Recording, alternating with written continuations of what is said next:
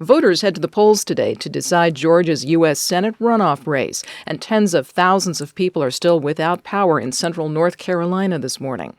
Good morning, I'm Corva Coleman from NPR News, and here are today's top stories. It's Election Day in Georgia. NPR's Giles Snyder reports on the final day of voting in the Senate runoff between Democratic incumbent Raphael Warnock and Republican challenger Herschel Walker. State election officials say more than 1.8 million Georgia voters have already cast ballots, setting early voting records along the way. And both candidates are pushing for more. On Election Eve, Herschel Walker rallied supporters in Kennesaw, northwest of Atlanta. This is about turnout, and now that means that we got to get in the game.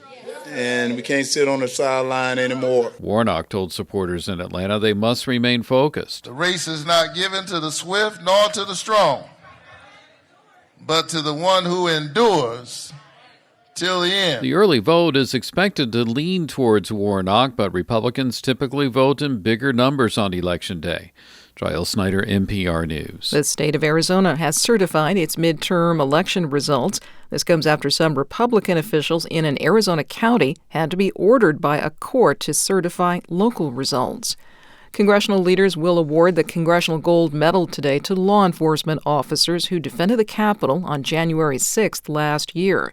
Many officers were seriously injured and some died. 21 Republicans who downplayed the violence also voted against awarding the medals.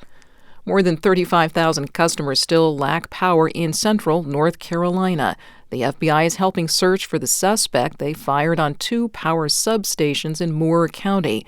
Duke Energy spokesperson Jeff Brooks says repair crews are hard at work. Understand, though, that it's not as simple as changing a light bulb, as it were. Some of this equipment does take a significant amount of work, a significant amount of process that goes through putting into place safely. Schools in Moore County, North Carolina, are closed again today.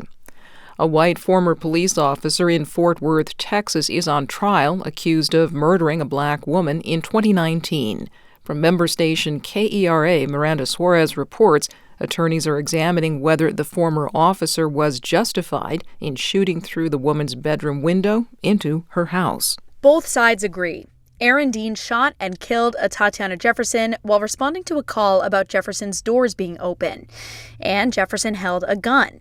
Prosecutor Ashley Diener told the jury there's no evidence Dean knew Jefferson had a gun. For Tatiana Jefferson, her home was not her refuge.